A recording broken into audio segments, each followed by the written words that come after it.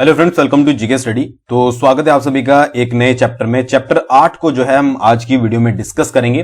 तो HP GK series हमने जो है वो शुरू किया, आप सभी को पता ही है। और जो भी एचपीपीएससी के एग्जाम्स के लिए प्रिपेयर कर रहे हैं, चाहे पटवारी हो, पंचायत सेक्रेटरी हो, आपका क्लर्क हो, जेओआईटी हो, यूनिवर्सल एग्जाम या फिर कंडक्टर, एचएसएलआई, टीजीटी, कोई भी ऐसा एग्जाम हो जिसमें आपकी एचपी के पूछी जाती है, ठीक है, तो आपकी ये सीरीज जो है वो बहुत ज्यादा काम आएगी। बाकी आपको देखकर पता लग जाएगा अगर आप नए हो। बात करते हैं सबसे पहले क्वेश्चन के बारे में। सबसे पहला क्वेश्चन है यहां पर कि सुंदरनगर शहर की स्थापना जो है वो किस वर्ष की गई थी, यानी कि सुंदरनगर जो सिटी थी वो कब स्टैब्लिश आपकी की गई थी। चार आपके पास ऑप्शन जो है वो यहां पर दिए गए हैं। जल्दी से अपना ऑप्शन जो है वो चूज कर लीजिए। तो इसका जो सही आंसर है वो है आपका 1712। कोई भी आपसे रियासत या शहर पूछा जाता है तो दो ही तरीके के क्वेश्चन वहां पर बन सकते हैं। एक तो कि कौन से ईयर में जो है वो उसकी स्थापना हुई थी और किसके द्वारा जो है वो उसकी स्थापना हुई थी। तो हमने सुंदरनगर शहर के बारे में ये तो जान लिया कि 1712 में जो है वो इसकी स्थापना की गई थी। किसके द्वारा की गई थी? तो उनका नाम है गरुड़ सैन। गरुड़ सैन। कई बार ड़ भी आ जाता है, ण भी लिखा होता है, तो वो आप ऑप्शन में देख लीजिएगा। दोनों क्लियर हो गया। कुछ और को देख लेते हैं जो कि इंपॉर्टेंट है। सुजानपुर टिहरा। सुजानपुर टिहरा, इसकी स्थापना जो की गई थी, सुजानपुर टिहरा शहर की स्थापना जो की गई थी वो 1748 में की गई थी। किसके द्वारा की गई थी? तो अभय चंद के द्वारा की गई थी। अभय चंद, ये हो गया। नेक्स्ट है आपका नाहन शहर। नाहन शहर यानी कि सिरमौर में। तो नाहन शहर की स्थापना 1621 में की गई थी। किसके द्वारा? करम प्रकाश के द्वारा। यह चीज याद रखिएगा। अच्छा, नेक्स्ट देख लेते हैं मंडी शहर। मंडी शहर की स्थापना जो की गई थी वो 1526 में की गई थी। किसके द्वारा? अजबर सैन के द्वारा। बिल्कुल सही आपने सोचा। अच्छा, नेक्स्ट जो है वो ठियोग रियासत। अगर आपसे पूछ लिया जाए कि ठियोग रियासत की स्थापना जो है वो कौन से ईस्वी में की गई थी, तो 1667 में की गई थी। और इसके जो संस्थापक थे वो थे आपके जयचंद। जयचंद। अच्छा, फिर हमीरपुर शहर की अगर बात करें, हमीरपुर शहर। हमीरपुर शहर की स्थापना की गई थी आपकी 1700 में और इसके जो संस्थापक थे वो थे आपके हमीरचंद। हमीरचंद।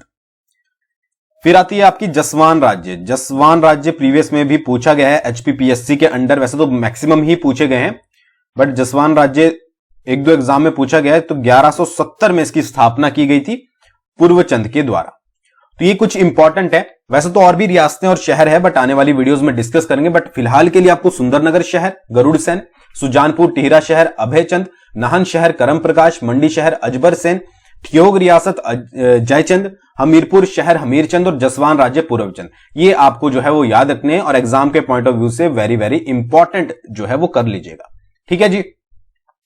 आगे बढ़ने से पहले आपको पता ही है कि एसआई का एग्जाम और जेओआईटी का एग्जाम मतलब कि 10 दिन बाद आपके एग्जाम शुरू हो जाएंगे। मतलब आपकी नोटिफिकेशन आउट हो जाएगी कि कब कब होंगे। तो सबसे पहले यही एग्जाम होंगे जो कि बचे हुए हैं। तो एसआई के लिए आप ज्वाइन कर सकते हो कोर्स एचपीएसआई 2022। कूपन कोड यूज कीजिएगा जीके स्टडी पर। पीडीएफ मास्टर कोर्स है, दोनों ही बहुत ज्यादा हेल्पफुल आपके लिए रहेंगे। और जेओआईटी 2022 इसके लिए कूपन कोड है। ठीक है जी। क्यों ज्वाइन करना है यहां पर आप पढ़ सकते हो। Lowest price in Himachal Pradesh. और बाकी आपको पता ही है कि लेवल इस बार जो है वो क्या रहने वाला है। एचपीपीएससी अगर एग्जाम कंडक्ट करवा रहा है तो जो भी चीज होगी वो डिटेल में होगी और हमारा कोर्स भी जो है वो डिटेल में। नेक्स्ट क्वेश्चन की बात करते हैं। हिमाचल प्रदेश कब से कब तक मुख्य आयुक्त क्षेत्र रहा? तीन चीजें आपसे पूछी जाती हैं। देखिए, अगर आपसे ये पूछ लिया जाए, सबसे पहले तो देखिए हिमाचल प्रदेश का जो गठन हुआ था वो 15 अप्रैल 1948 को हुआ था। 15 अप्रैल 1948 को 30 छोटी बड़ी रियासतों को मिलाकर हिमाचल प्रदेश का गठन किया गया।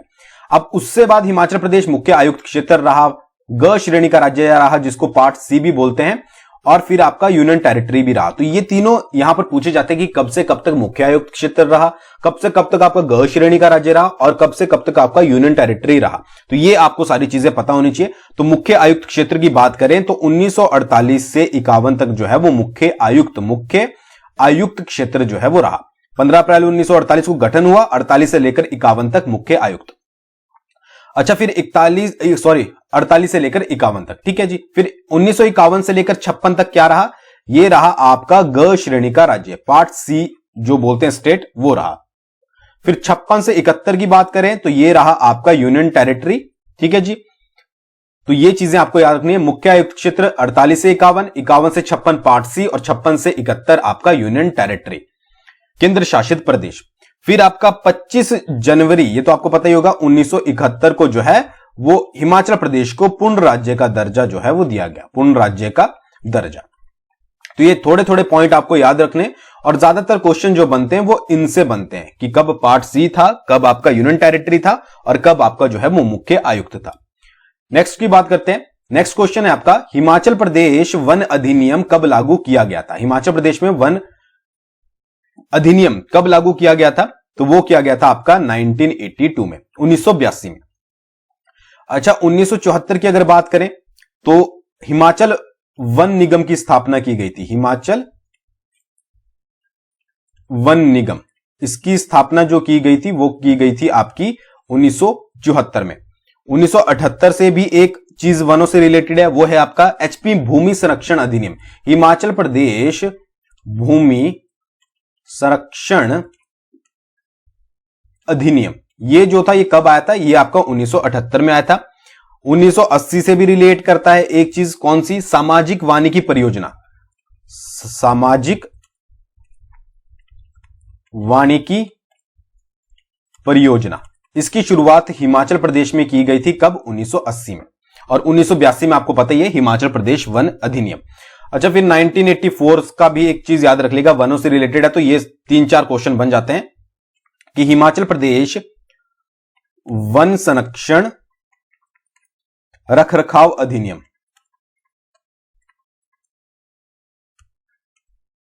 रखरखाव अधिनियम, तो ये कब आया था? ये 1984 में आया था। तो ये आपको पता लग गया होगा कि भाई हिमाचल प्रदेश वन अधिनियम 1982, हिमाचल वन निगम की स्थापना 1974, एचपी भूमि यानी कि हिमाचल प्रदेश भूमि संरक्षण अधिनियम 1978, सामाजिक वानिकी परियोजना हिमाचल प्रदेश में शुरू हुई 1980 में, और उसके बाद हिमाचल प्रदेश वन संरक्षण रखरखाव अधिनियम आपका 1984 में आया था। तो याद कर लीजिएगा, अच्छे से नोट डाउन कर लीजिएगा। नेक्स्ट है आपका मजाठल वन्य जीव अभ्यारण्य हिमाचल प्रदेश के किस जिले में स्थित है? मजाठल के बारे में पूछा गया है। 4 आपके पास स्टेट नहीं, डिस्ट्रिक्ट के ऑप्शन दिए गए हैं, तो इसका जो सही आंसर है वो है आपका सोलन। मजाठल वन्य जीव अभ्यारण्य जो है वो आपका सोलन में है। कौन सा? मजाठल। अब इसकी बात करें एरिया की, तो 40 किलोमीटर स्क्वायर यानी कि वर्ग किलोमीटर जो है वो इसका एरिया है, और 1962 में जो है ये बना था आपका मजाठल, सोलन में पड़ता है। और कौन कौन से सोलन में पड़ते हैं? चायल, ठीक है जी, चायल वन्य जीव अभ्यारण्य 109 किलोमीटर स्क्वायर आपका इसका एरिया है, और 1976 में जो है ये बना था। दूसरा है कोई, बिल्कुल है, दाड़ला घाट, दाड़ला घाट वन्य जीव अभ्यारण्य, ये आपका 6 किलोमीटर स्क्वायर इसका एरिया है, और 1962 में जो है ये बना था। मोस्ट इंपॉर्टेंट शिल्ली, अब इसको मैंने क्यों इंपॉर्टेंट बोला ये आप सभी को पता होगा, और 2 किलोमीटर स्क्वायर का एरिया है, 1963 में बनकर तैयार होता। अच्छा, इंपॉर्टेंट इसलिए बोला क्योंकि ये हिमाचल प्रदेश में सबसे छोटा वन्यजीव अभ्यारण्य है, स्मॉलेस्ट वन्यजीव अभ्यारण्य हिमाचल प्रदेश में। ठीक है जी। अच्छा, कमेंट करके बताइएगा सबसे बड़ा कौन सा है, इतना तो आप कर ही सकते हो, कमेंट करके बताइएगा सबसे बड़ा वन्यजीव अभ्यारण्य कौन सा है। तो सोलन की बात हुई है, तो मजाठल, चायल, दाड़ला घाट, शिल्ली। ठीक है, शिल्ली सबसे छोटा है 2 किलोमीटर स्क्वायर, फिर उसके बाद दाड़ला घाट 6, चायल 109, और फिर जो आपका मजाठल है 40 किलोमीटर स्क्वायर। बाकी कब कब जो है वो बने थे वो भी मैंने आपको यहां पर बता दिया। कमेंट करके बताइएगा, अभी वीडियो को रोक के कमेंट कीजिए कि सबसे बड़ा वन्यजीव अभ्यारण्य जो है वो कौन सा है। नेक्स्ट क्वेश्चन की बात करते हैं। नेक्स्ट क्वेश्चन है आपका, बैराखड्ड निम्नलिखित में से किस नदी की सहायक नदी है? ये मैं आपको पहले करवा चुका हूं, अब क्वेश्चन घुमा के आया है। बैराखड्ड आपको बताना है, तो बैराखड्ड आपकी जो है वो रावी की सहायक नदी है, रावी की। और कौन कौन सी है बहुत बार बता चुका हूं, बुढ़हल या बुढ़हिल, ये भी रावी की सहायक नदी है। ओबड़ी भी जो है वो रावी की सहायक नदी है, ओबड़ी। उसके बाद तुंडाहा, इंपॉर्टेंट है, तुंडाहा, तुंडाहा भी रावी की सहायक नदी है। स्यूल भी जो है वो रावी की सहायक नदी है। उसके बाद चनेड़ हो गई, उसके बाद साल हो गई, फिर आपकी बलजेड़ी हो गई, और उसके बाद होली हो गई। तो ये सभी जो है वो रावी की सहायक नदी है। ये मैंने आपको पहले बहुत वीडियोस में, एक वीडियो में जिसमें मैंने रावी के बारे में डिटेल में बताया था, उसमें कवर किया है। तो बैराखंड भी जो है वो रावी की सहायक नदी है। अच्छा, बात आई अगर रावी की, तो रावी का मैं आपको बता दूं कि जो किन किन जलधाराओं से मिलकर बनी है ये, तो आपकी भांदल प्लस तंतगिरी। तो भांदल प्लस तंतगिरी जब बड़ा बंगाल या भंगाल जो भी आप बोले, कांगड़ा में है, तो जब ये दोनों जलधाराएं यहां पर मिलती हैं बड़ा बंगाल क्षेत्र में, तो ये इससे जो है वो रावी नदी उत्पन्न होती है। ये चीज याद रखिएगा, ठीक है जी। नेक्स्ट क्वेश्चन की बात करते हैं। कराली झील हिमाचल प्रदेश के किस जिले में स्थित है? कराली झील के बारे में यहां पर पूछा गया है। 4 डिस्ट्रिक्ट के आपको ऑप्शन दिए गए हैं, तो इसका जो सही आंसर है वो है आपका शिमला, कराली झील। यहां पर कराली पूछा है, करेरी भी एक झील है, आपको पता होगा, तो कंफ्यूज मत होइएगा। करेरी झील आपकी जो है वो कांगड़ा में पड़ती है और कराली आपकी जो है वो शिमला में पड़ती है। और कौन कौन सी है शिमला में? शिमला में आपकी चंद्रनाहन, मोस्ट इंपॉर्टेंट क्यों है? क्योंकि पब्बर नदी का उद्गम स्थान है चंद्रनाहन झील। गढ़कुफर हो गई आपकी, ठीक है जी। फिर तानू जुब्बल, और उसके बाद बरा दोनसर। ये सारी कहां पर पड़ती है? ये पड़ती है आपकी शिमला डिस्ट्रिक्ट में। और कराली तो है ही है आपकी, तो ये चीज याद रखिएगा। कई बार डायरेक्टली आ जाता है पब्बर नदी का उद्गम स्थान कौन सी है? चंद्रनाहन है। नेक्स्ट क्वेश्चन की बात करते हैं। नेक्स्ट क्वेश्चन आपकी, बरारी बोली निम्नलिखित में से किस जिले में बोली जाती है? बरारी बोली कौन से जिले में बोली जाती है? तो वो बोली जाती है आपकी शिमला जिले में। अगर एरियाज पूछ लिए जाएं, वैसे पूछे नहीं जाएंगे, एरियाज पूछ लिए जाएं, तो देखिए जुब्बल हो गया आपका, प्लस आपका रोहड़ू के कुछ एरियाज, ठीक है जी, प्लस आपका कोटखाई।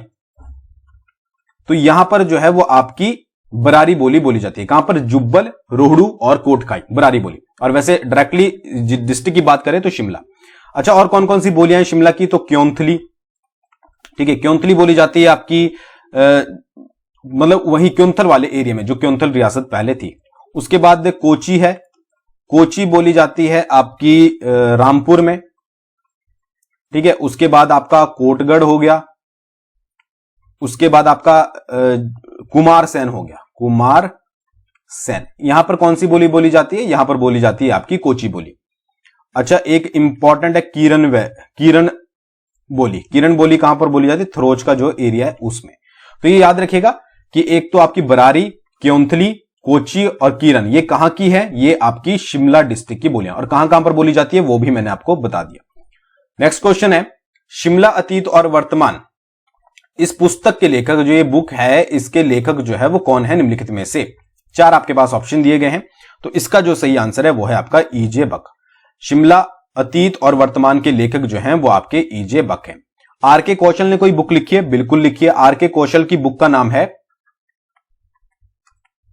कामनिया किन्नौर, ठीक है जी। विनोद हिमाचली ने कोई बुक लिखी है? बिल्कुल लिखी है। विनोद हिमाचली की बुक का नाम है त्रिगर्त। और जीडी खोसला की बुक का नाम है आपकी हिमालयन सर्किट, ठीक है जी। तो ये चीज याद रखिएगा।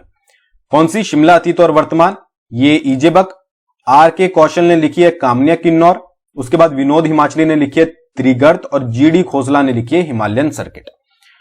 तो ये चीज याद रखिएगा अच्छे से। नेक्स्ट है आपका, हिमाचली चित्रकला का स्वर्ण युग निम्नलिखित में से किसे माना जाता है? यानी कि कौन से पीरियड को? 4 आपके पास ऑप्शन दिए गए, तो इसका जो सही आंसर है वो है आपका 1750 से लेकर 1850। ये वाला जो टाइम पीरियड था उसको हिमाचली चित्रकला का स्वर्ण युग माना जाता है, स्वर्ण युग, सॉरी, गोल्ड पीरियड बोल सकते हैं आप। अच्छा देखिए, एचपी में जो सबसे पहले कलम का नाम आता है वो आता है गुलेर कलम, तो ये याद रखिएगा, गुलेर कलम। और जो कांगड़ा शैली के चित्रों की खोज की थी सबसे पहले, जो कांगड़ा शैली के चित्र थे सबसे पहले उनकी खोज जो है वो मेटकॉफ ने की थी। मेटकॉफ कौन से सन में? 1916 में। तो ये भी आप याद रख सकते हैं। नेक्स्ट की बात करते हैं, चंबा के किस राजा के समय दिल्ली से गद्दी आकर जो है वो भरमौर में बस गए थे? कौन सा ऐसा राजा था? चंबा का आपको पता है, गद्दी एक फेमस जो है वो जनजाति है आपकी चंबा की। तो चंबा के किस राजा के समय जो है ये दिल्ली से आकर बस गए थे? 4 आपके पास ऑप्शन दिए गए हैं, तो इसका जो सही आंसर है वो है आपका अजय वर्मन। ठीक है, थर्ड आंसर जो सही है, अजय वर्मन के समय जो है वो दिल्ली से जो है वो गद्दी लोग आकर भरमौर में बस गए थे। अच्छा, चंबा की बात हुई है, चंबा की एक चीज याद रखिएगा, चंबा की जो प्रमुख नदी है वो रावी है, ठीक है, और स्थानीय भाषा में अभी हमने थोड़ी देर पहले रावी के बारे में बात की है, रावी को जो है वो रावती बोला जाता है, रावती या फिर इरावती, आपको पता ही है इसका नाम ही है, रावती या फिर इरावती। अच्छा, अगर बात करें प्राचीन रियासतों में, तो सबसे पहली रियासत का किसका नाम आता है? त्रिगर्त का नाम आता है, ठीक है, और त्रिगर्त पुस्तक किसके द्वारा लिखी गई है? अभी अभी डिस्कस किया है, विनोद हिमाचली। सेकंड आता है आपका नाम कुल्लू का रियासतों में, और फिर थर्ड नंबर पर आता है नाम आपका चंबा का। तो ये चीज याद रखिएगा, ठीक है, पहले सबसे पहले त्रिगर्त का नाम आता है। तो आज की वीडियो में बस इतना ही। तो इस वीडियो की पीडीएफ आप जो है वो टेलीग्राम से ले सकते हो, थोड़े देर बाद मतलब आपको मिल जाएगी। उसके साथ करंट अफेयर जो है वो परीक्षा बूस्टर पर देख लीजिएगा, अच्छे से समझ लीजिएगा, आपको बहुत ज्यादा हेल्पफुल रहेंगे। वीडियो कैसी लगी कमेंट करके जरूर बताइएगा। थैंक्स फॉर वॉचिंग, बहुत जल्दी मिलेंगे नेक्स्ट वीडियो के साथ।